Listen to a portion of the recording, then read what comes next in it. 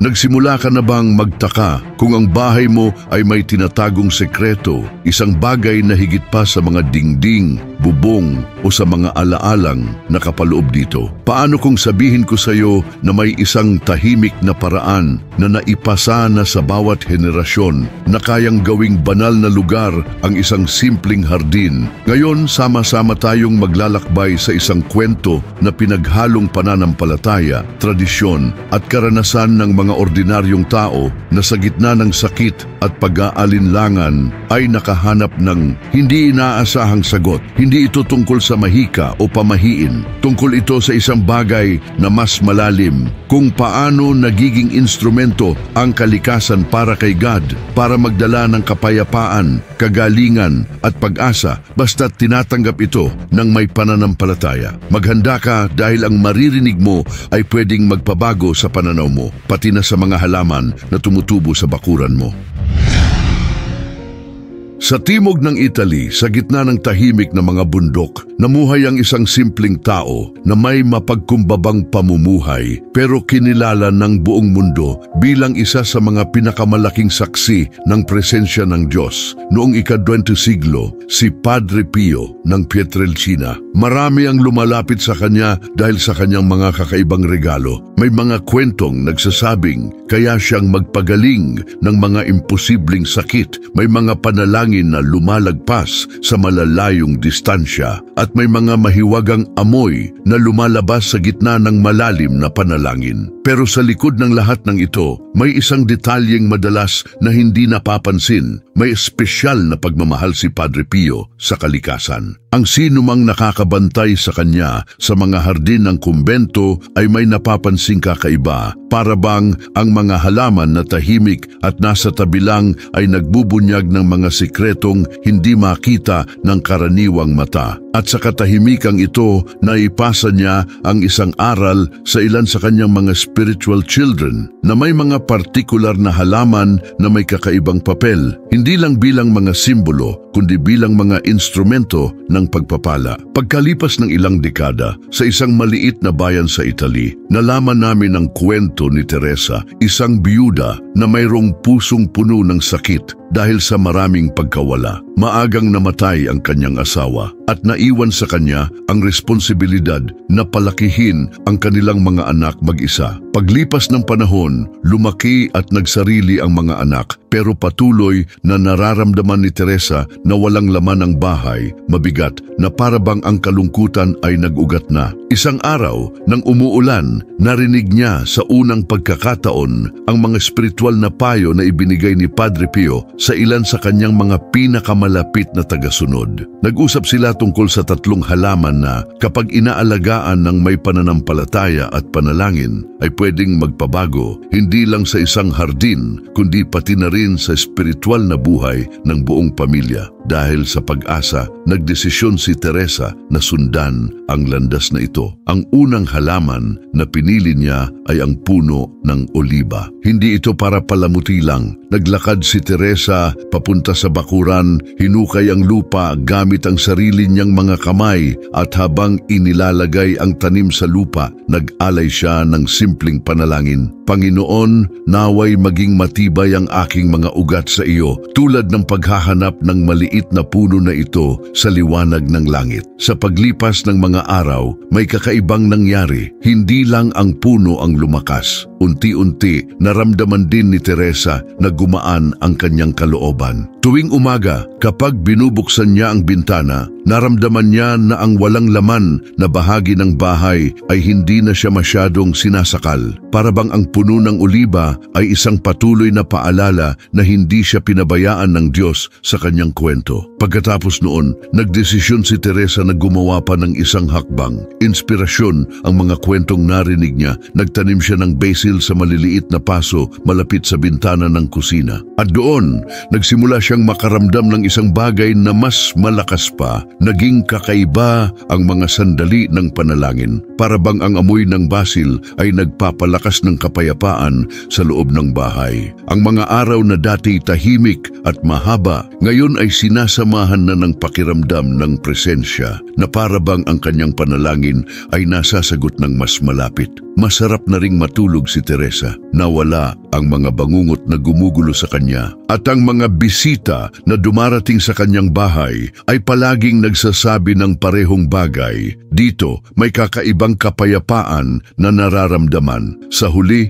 dumating ang pangatlong pagpipilian, ang mga puting rosas. Tinanim ni Teresa ang mga ito ng may buong pagmamahal na nakatago sa kanyang puso. Ang bawat rosas ay kumakatawan sa isang intensyon para sa kanyang pamilya, para sa kanyang mga kapitbahay, para sa mga taong nagdurusa ng mag-isa tulad ng pagdurusang naranasan niya. Sa unang pamumulaklak, sinabi ni Teresa na nang pumasok siya sa hardin, naramdaman niya ang isang matamis na amoy na hindi nagmula sa kahit saan, kundi sa mga talulot na bumubukas sa pagsikat ng araw. At sa sandaling iyon, lumuhod siya sa katahimikan. Sa unang pagkakataon, sa loob ng maraming taon, naramdaman niya na ang kanyang bahay ay hindi na isang walang laman na espasyo, kundi isang tunay na santuwaryo ng pag-asa. At dito ako gagawa ng unang imbitasyon sa iyo na sumusunod sa kwentong ito. Kung sa ilang pagkakataon ay naranasan mo na rin ang mga di halatang senyales ng presensya ng Diyos sa iyong pang-araw-araw na buhay, ibahagi ito sa comments. Ang iyong karanasan ay maaaring magbigay liwanag sa isang tao na nangangailangan ng pag-asa ngayon. At kung nararamdaman mo sa puso mo, mag-subscribe sa channel para patuloy na sumama sa aming mga lakbayin ng pananampalataya. Dito, ang bawat kwento ay isang lugar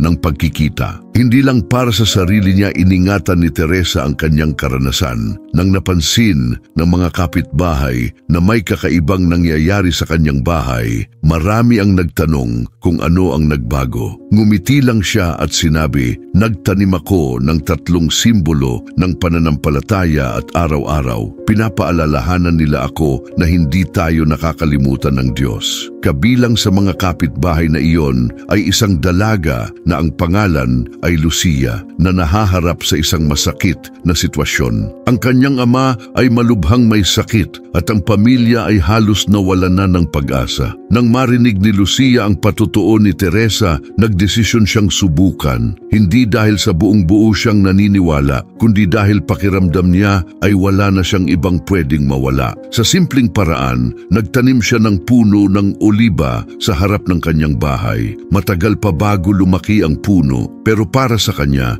ito ay isang kilos ng pagsuko. Sa mga sumunod na araw, may nagsimulang magbago. Naging mas hindi tensyonado ang kapaligiran sa bahay. Ang pamilya na dati ay nagtitipon lang para magtalo at umiyak, ay nagsimulang maghanap ng lakas sa maliliit na panalangin sa paligid ng halaman na iyon. Hindi agad gumaling ang ama ni Lucia, pero ang mga doktor ay nagulat ng paggaling na taliwas sa mga unang diagnosis. Higit pa rito, natagpuan muli ng pamilya ang pag-asa at pagkakaisa na akala nila'y nawala na ng tuluyan. Kumalat ang mga kwentong ito at unti-unti nagsimulang subukan din ng ibang tao ang parehong landas. Para bang isang lumang himig na nakalimutan na sa paglipas ng panahon ay natagpuan muli sa mga kamay ng mga taong naglakas loob na maniwala. Kabilang sa mga kwentong ito ay ang kay Giovanni, isang mangangalakal na halos nawalan na ng lahat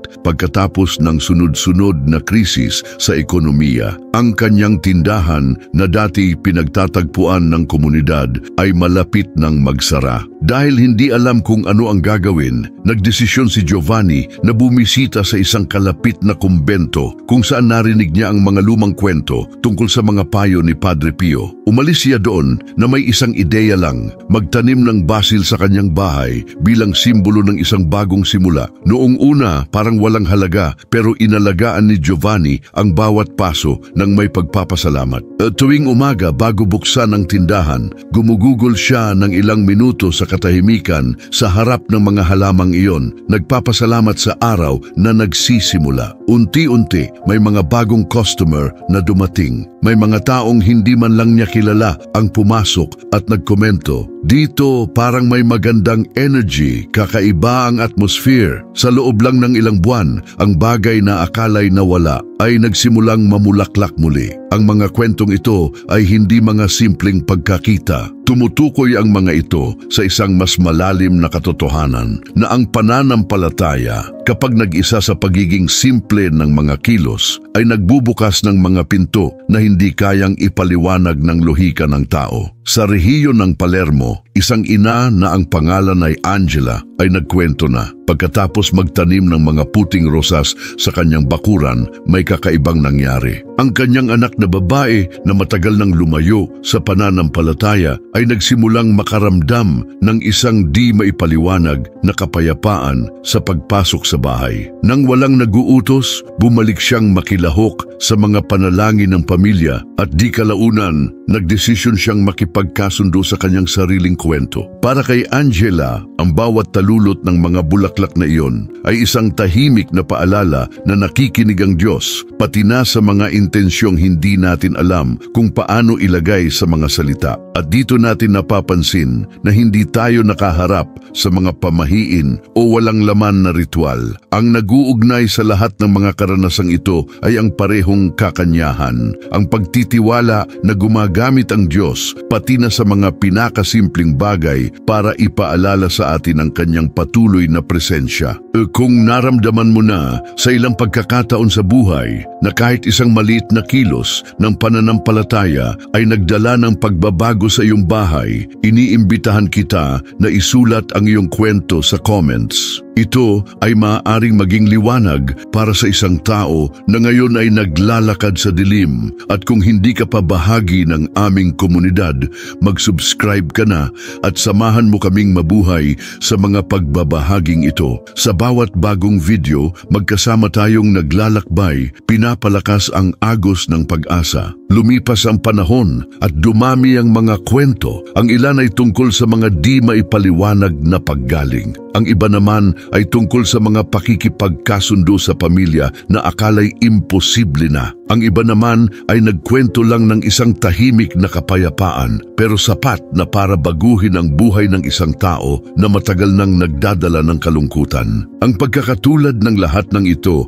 ay ang katiyakan na sa likod ng lupa na dinilig, ng mga dahon na lumalaki at ng mga bulaklak na namumulaklak ay may isang Diyos na hindi pinababayaan ang kanyang mga anak. Sa gitna ng napakaraming kwento, isang partikular na kwento ang nagsimulang kumalat sa mga tapat. Ang kay Maria Elena, isang simpleng babae na nakatira sa paligid ng Naples. Ang kanyang buhay ay markado ng patuloy na kahirapan. Biyuda mula pa noong bata, sinusuportahan niya ang bahay sa pamamagitan ng mga trabahong di permanente at nahaharap sa sakit ng kanyang nag-iisang anak na lalaki na matagal nang nakaratay. Isang araw, sinabi sa kanya ng isang kapitbahay ang tungkol sa mga kwento na may kaugnayan kay Padre Pio at sa 3 halamang nagdadala ng pagpapala. Kahit na wala masyadong pera si Maria Elena, nagdesisyon siyang sumugal. Bumili siya ng isang maliit na tanim ng oliba, ilang sanga ng basil at isang puting rosas. Wala siyang malaking hardin, isang maliit na espasyo lang sa bakuran, pero ginawa niya ang sulok na iyon bilang kanyang tahimik na altar. Tinanim niya ang oliba sa gitna, pinalibutan niya ito ng mga paso ng basil at kinumpleto ang espasyo ng mga puting rosas. Noong una, parang isa lang itong kilos ng pananampalataya tulad ng marami na rin niyang nagawa sa buong buhay niya. Pero sa paglipas ng mga buwan, nagsimulang magbago ang kanyang katotohanan dahil sa mga di inaasahang pangyayari. Ang kanyang anak na lalaki na sa loob ng maraming taon ay may stable na kondisyon pero walang senyales ng pagpapabuti ay nagsimulang makabawi ng lakas ng dahan-dahan. Hindi maipaliwanag ng mga doktor pero sa bawat pagbisita, napapansin nila ang mga pag-unlad na parang imposible. Kasabay nito, nagsimulang lumitaw ang mga oportunidad. Nakahanap si Maria Elena ng isang permanenteng trabaho, isang bagay na dati parang malayo. Nakatanggap siya ng di inaasahang tulong mula sa mga taong hindi niya man lang kilala. At sa loob ng maikling panahon, ang dating desperasyon ay nagsimulang maging konkretong pag-asa. Ang kanyang bahay na dati markado ng katahimikan ng sakit ay nagsimulang bisitahin ng mga kapitbahay na pumupunta lang para magpalipas ng ilang minuto malapit sa maliit na hardin na iyon. Sabi ng marami, nakakaramdam sila ng kapayapaan na hindi nila makita sa ibang lugar. Ang ilan ay nagkwento pa ng mga personal na pagbabago pagkatapos ng kontak na iyon. Ang mga karanasang ito ay naitala sa mga sulat at patotoo at hanggang ngayon ay naaalala bilang mga senyales na ang pananampalataya ay talagang pwedeng mag-ugat sa puso ng tao at mamulaklak kahit sa tuyong lupain. Pero hindi doon nagtatapos ang kwento. Ang ibang mga pamilya na inspirasyon ni Maria Elena ay nagdesisyon na sundan ang parehong landas. Sa iba't ibang mga lungsod, lumabas ang mga katulad na kwento, mga pakikipagkasundo sa pagitan ng mga magulang at anak, mga di inaasahang paggaling, mga negosyong bumangon muli, at mga tahanan na markado ng isang bagong kapaligiran ng kapanatagan. Pinatunayan ng lahat ng ito ang isang mahalagang bagay. Hindi ang mga halaman mismo ang gumawa ng milagro, kundi ang kilos ng pagtatanim ng may pananampalataya, ng pag-aalaga ng may panalangin, at ng pagpapabago sa mga pang-araw-araw na kilos sa isang alay ng pagmamahal. Gayunpaman, may isang detalyeng nakakakuha ng atensyon. Ang mga taong mas nakakaranas ng pagbabago ay sila mismo ang nag-aalaga sa mga halaman, hindi bilang mga palamuti, kundi bilang buhay na mga simbolo ng presensya ng Diyos sa kanilang mga bahay. Ang sikreto ay hindi lang nasa pagtatanim, kundi sa kung paano nagiging panalangin ang bawat pagdidilig, bawat pagpuputol at bawat pagtingin. At dito ko na naman bubuksan ang puso ko para sa iyo na sumusunod. Siguro, meron ka rin sa buhay mo ng isang espasyo na parang walang laman, isang bahagi ng kaluluwa na kailangang mamulaklak muli. Ano kaya kung ibahagi mo sa amin ang karanasang iyon? Ikwento sa comments kung ano ang nararamdaman mo kapag tinitingnan mo ang sarili mong bahay, ang iyong hardin o kahit ang isang simpleng halaman na may kahulugan sa iyo. At kung hindi ka pa naglalakbay kasama namin sa komunidad na ito ng pananampalataya, mag-subscribe ka na. Magkasama, pwede nating buuin ang isang espasyo kung saan ang bawat patotoo ay nagiging isang parola ng pag-asa. Ang kwento ni Maria Elena ay nagpapaalala sa atin na ang pananampalataya ay hindi kailangang maging maringal para maging totoo. Ito ay pwedeng magsimula sa isang maliit na kilos, sa isang buto na inilagay sa lupa, sa isang panalangin na ibinulong sa katahimikan. At sa katahimikang ito, gumagawa ang Diyos sa pinakamakapangyarihang paraan. Sa paglipas ng panahon, ang kanyang karanasan ay ibinahagi sa mga relihiyoso at mga spiritual na iskolar na nakita sa mga patutuong ito ang pagpapatuloy ng mga itinuro ni Padre Pio. Hindi ito tungkol sa mahika o pamahiin, kundi isang tawag sa pananampalataya na nabuhay sa isang konkretong paraan, sa pakikipag-ugnayan sa paglikha ng Diyos. At sa paglipas ng mga taon, ang mga kwentong ito ay lumampas sa mga hangganan. Ngayon, sa iba't ibang bahagi ng mundo, may mga taong nagtatanim ng oliba, basil at mga puting rosas na inspirasyon ng parehong pamana. Marami sa kanila ang nagkwento na kahit sa gitna ng mga kahirapan, nararamdaman nila na may di makitang bagay na nagpoprotekta sa kanilang mga bahay at nagpapalakas sa kanilang mga pamilya. Siguro, ang sikreto ay nasa isang bagay na sinabi mismo ni Padre Pio sa kanyang mga sulat. Hindi ang mga halaman ang nagbabago ng iyong buhay, kundi ang pananampalataya na inilalagay mo sa kanila bilang mga simbolo ng pagmamahal ng Diyos. Sabi ng ilang scholar sa buhay ni Padre Pio, mayroon siyang kakaibang sensasyon para maramdaman kung paano nakikibahagi ang kalikasan sa gawa ng Diyos. Hindi nagkataon na sa iba't ibang bahagi ng kanyang mga usapan, nag-uusap siya tungkol sa paglikha bilang isang buhay na libro na isinulat mismo ng manlilikha.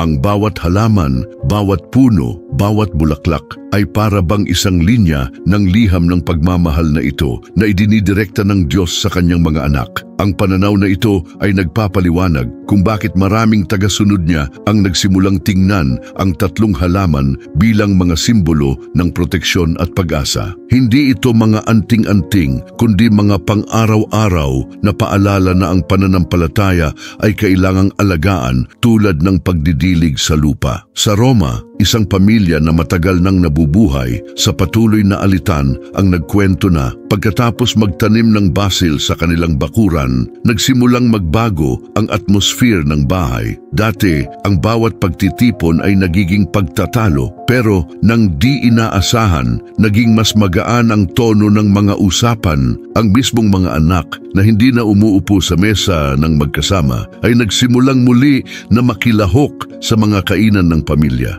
Ang ina na emosyonal ay nagkuwento na sa mga sandali ng panalangin, lumalakas ang amoy ng basil na para bang kinumpirma na may mas malaking nangyayari. Sa Sicily, ang isa pang pamilya ay nasa bingit ng desperasyon dahil sa mga utang at kahirapan sa pinansyal.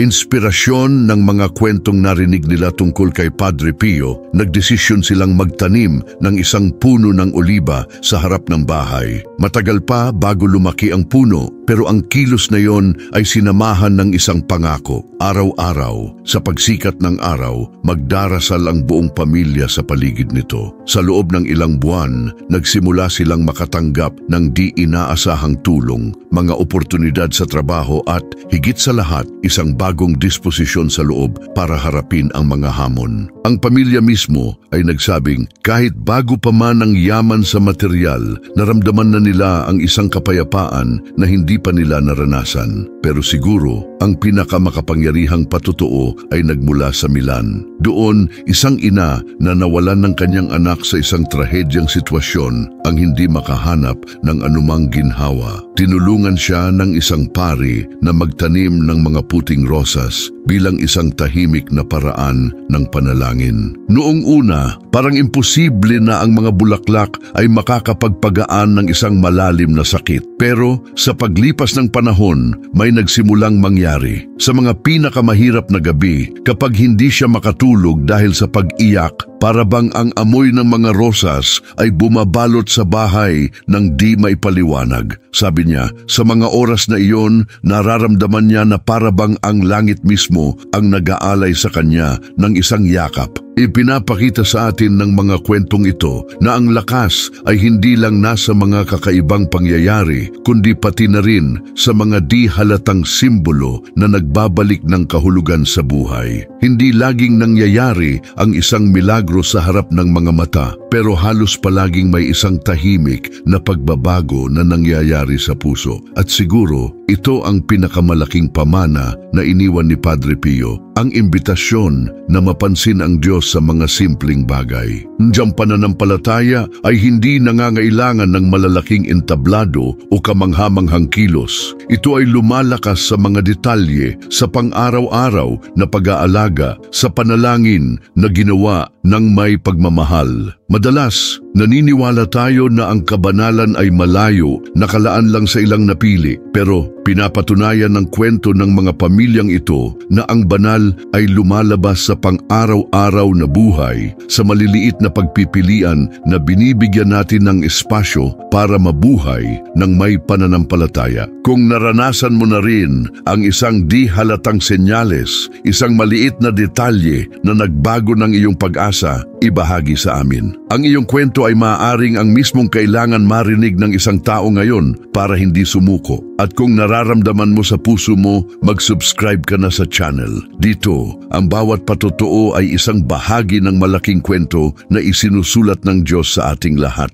Ang nakakabilib ay sa paglipas ng mga taon, ang mga patotoo ay inuulit sa iba't ibang kultura at konteksto. Ang mga tao mula sa malalayong lugar na hindi nagkita kailanman ay nagkukwento ng mga katulad na karanasan, isang atmosphere ng kapayapaan sa bahay, mga di inaasahang pakikipagkasundo at mga paggaling na hindi maipaliwanag ng medisina. Pinapalakas ng koleksyon na ito ng mga kwento ang ideya na mayroong mayroon ngang isang buhay na spiritual na tradisyon sa likod ng mga gawaing ito. Si Padre Pio, sa kanyang huling mga taon, ay nag-usap ng may emosyon tungkol sa kung paano gumagamit ang Diyos ng paglikha para ilapit ang kanyang mga anak. Siya mismo ay sinasabing ang oliba ay kumakatawan sa pagtitiyaga, ang basil ay sumisimbolo sa kalinisan ng puso, at ang mga puting rosas ay tanda ng pagtitiwala sa pagsuko. Nang magkasama, bumubuo sila ng isang landas ng panalangin na hindi limitado sa lupa, kundi tumataas tulad ng insenso sa langit. At ang pinakamagandang bagay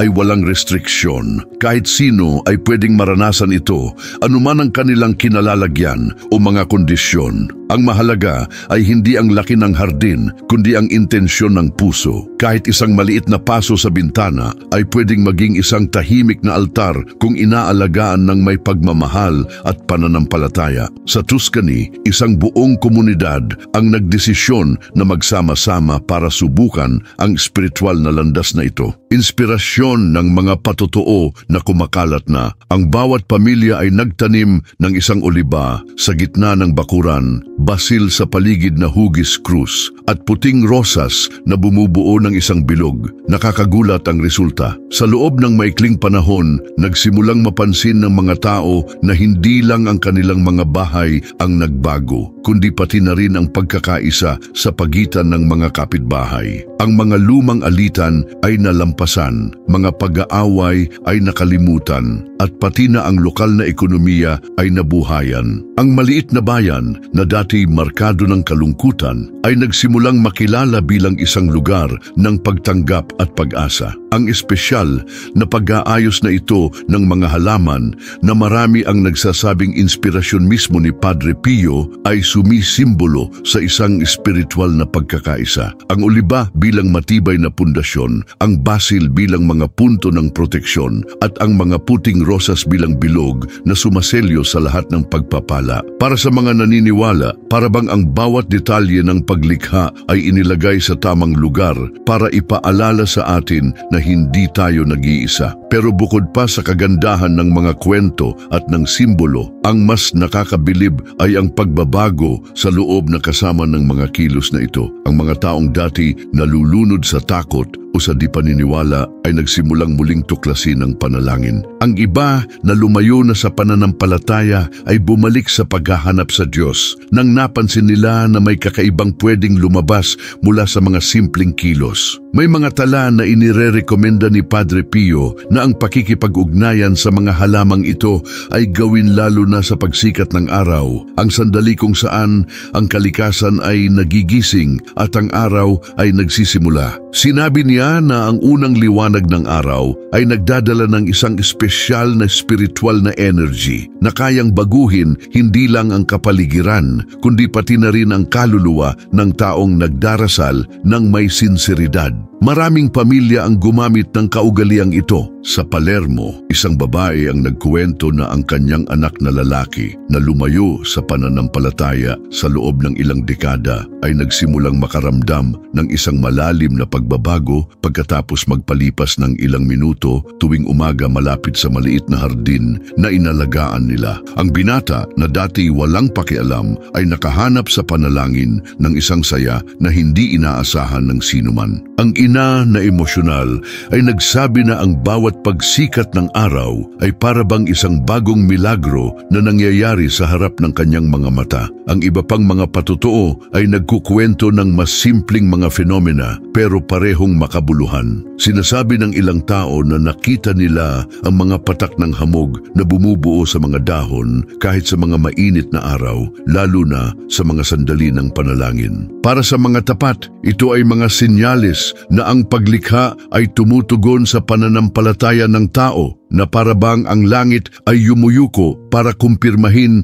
ang banal na presensya. Ang mga karanasang ito ay nagpapakita sa atin na ang spiritual na buhay ay hindi limitado sa formal na mga ritual o kakaibang mga sandali. Ito ay nabubuo sa pang-araw-araw na buhay, sa kung paano natin inaalagaan ang mga bagay sa paligid natin, sa pagpapasalamat na inilalagay natin sa bawat kilos, sa pagbubukas ng puso para maging present ang Diyos. At dito dito tayo dumating sa pinakamalalim na punto ng lakbaying ito. Hindi ito tungkol sa mga halaman mismo, kundi sa pananampalataya na lumalaki kasama nila. Ang pagtatanim ay nagiging isang pagsasanay ng pagtitiwala, isang tahimik na panalangin na dinidiligan araw-araw. Hindi ang puno ang nagbabago sa pamilya, kundi ang pananampalataya ng pamilya na sa pagpapahayag sa pamamagitan ng puno ay nagbubukas ng espasyo para sa biyaya ng Diyos. Sa puso ng mensaheng ito, mayroong isang imbitasyon para sa ating lahat.